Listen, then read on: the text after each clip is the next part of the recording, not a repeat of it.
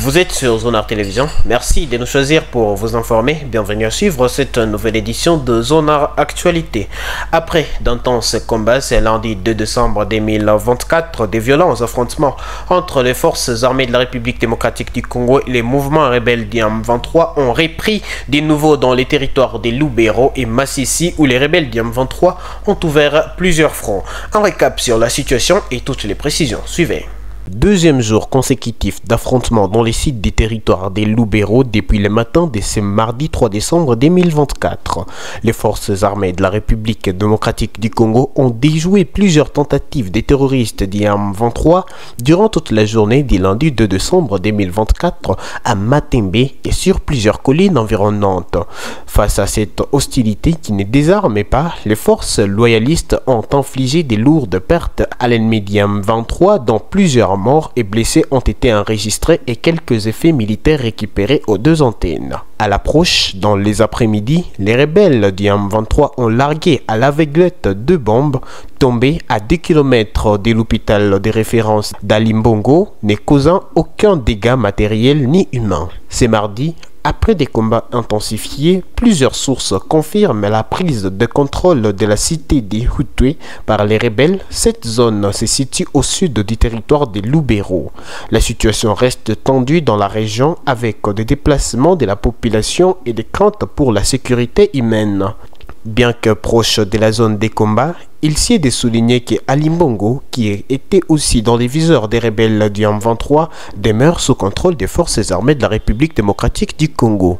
De l'autre côté, c'est mardi 3 décembre, dans les territoires de Massissi, des violents combats se sont poursuivis entre les mouvements rebelles du M23 et les Wazalendo à Mopfuni et Kibabi. Selon des sources sécuritaires, ces affrontements ont été signalés dans les villages de Nyakigano, Runigi, Kabara, Kibabi, Kanama, Kalongi, Kamagare et Ndinda Mema.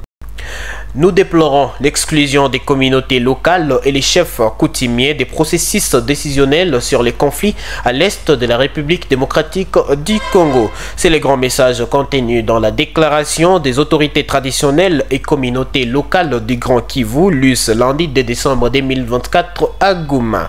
Ces cadres communautaires demandent au gouvernement congolais de les impliquer directement dans la prise des décisions pour faire valoir leurs expertises dans la recherche de la paix à l'est de la République démocratique du Congo. Cette déclaration a été lue par Joseph Nkizo, qui est le président de la notabilité du Grand Kivu. Suivez. Nous, autorités traditionnelles et représentants des communautés locales du Kivu en République démocratique du Congo, réunis au sein de la notabilité et communauté Grand Kivu, exprimons nos préoccupations et recommandations sur le processus de paix en cours, notamment le processus de Luanda et la redynamisation de l'accord cadre d'Addis Abeba, tout en insistant sur l'importance de l'inclusion des acteurs pour une paix durable. 1. De l'harmonisation des processus de paix. Les initiatives actuelles, bien que louables, restent fragmentées et risquent de générer des engagements redondants et contradictoires. Nous appelons à la fusion du processus de Luanda et de l'accord cadre d'Addis Abeba en un cadre unique et consolidé. Nous déplorons l'exclusion des communautés locales et des chefs coutumiers des processus décisionnels.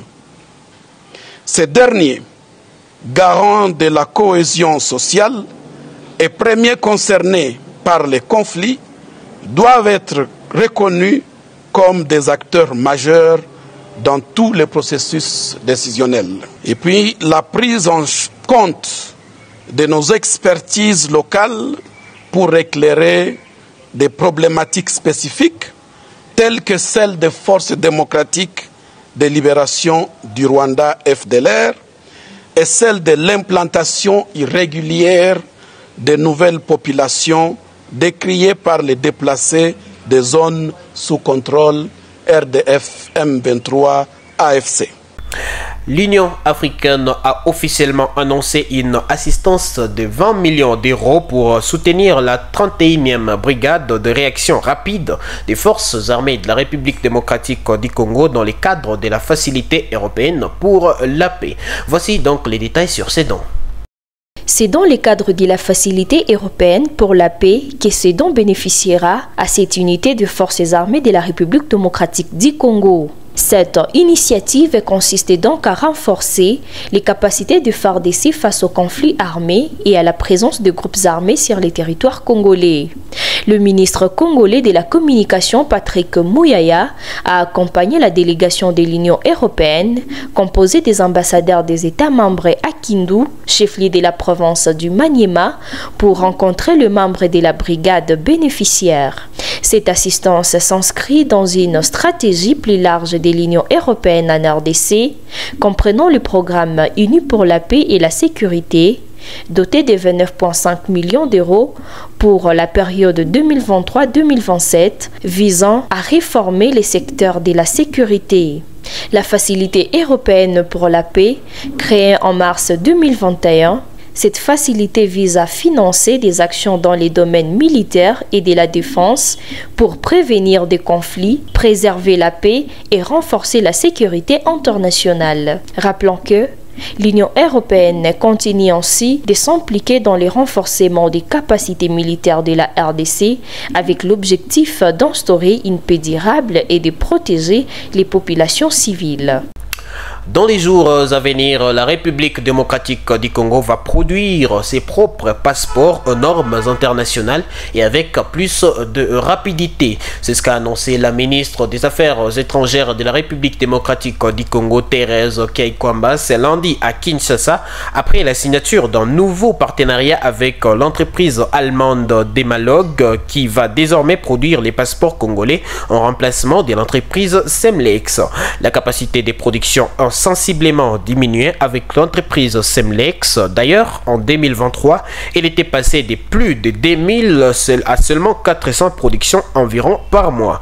De ce nouveau partenariat et producteurs, les demandeurs, autant dans la capitale que dans les provinces de la République démocratique du Congo, attendent plus.